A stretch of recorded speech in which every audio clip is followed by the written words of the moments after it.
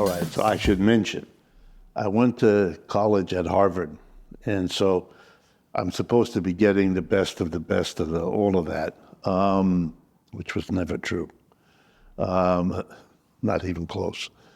But there were individuals there, as there are in many schools, that you can go find and that are really good teachers and have something to teach you.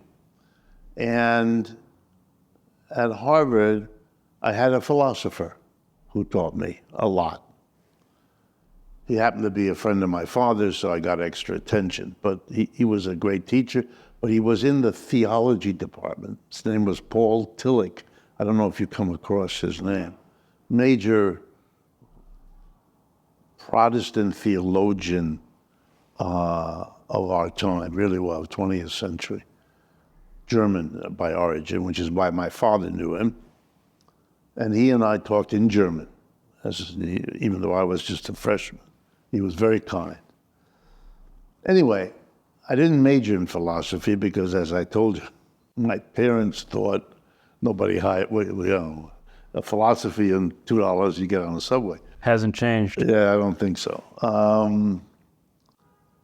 So he offered me a compromise, my father, you study history.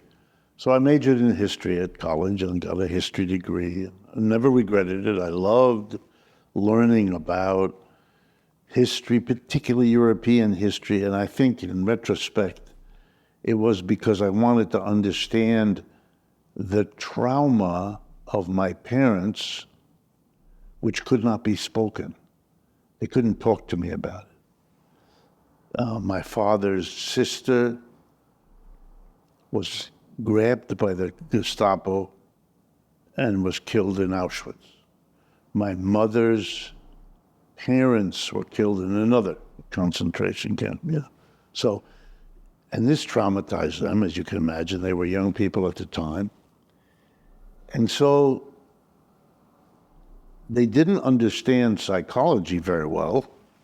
Otherwise, it might have occurred to them that they were communicating their trauma to their two children, my sister and myself, and that not speaking about it wouldn't mean it wasn't, but it would mean it wasn't discussed.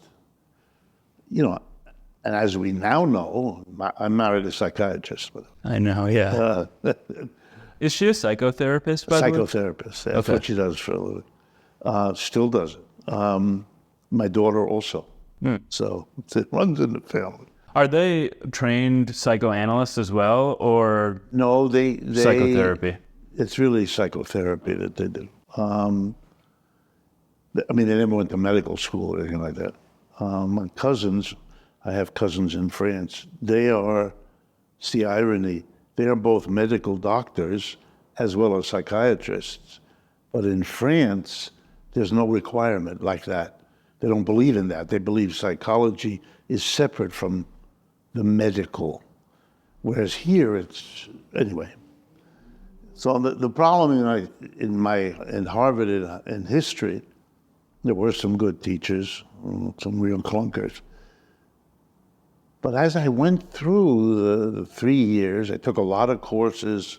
I loved it. I loved learning what had happened, particularly in Europe, why my mother and my father, who didn't know each other in Europe and came here, why they were driven out, what happened. How could these, I should mention, I grew up in a household which revered German philosophy and music. I grew up with Beethoven, Bach, Brahms. This was music. Everything else. When I listened to folk music, which I loved, and rock and roll, which I loved, my parents were distressed. This was a sign of, declining taste. Mm-hmm. They didn't stop it, but they didn't like it. And I loved the class. I played the violin, and I liked doing it. I was given Goethe to read as a young person. My father was so distressed by the quality of high school education in this country that he supplemented it.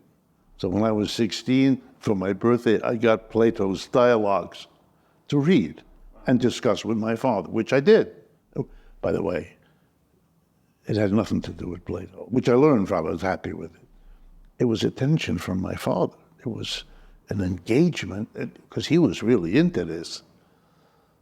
And he liked philosophy, so I get back to the question, he didn't want me to major in it. It's not because he didn't believe in it.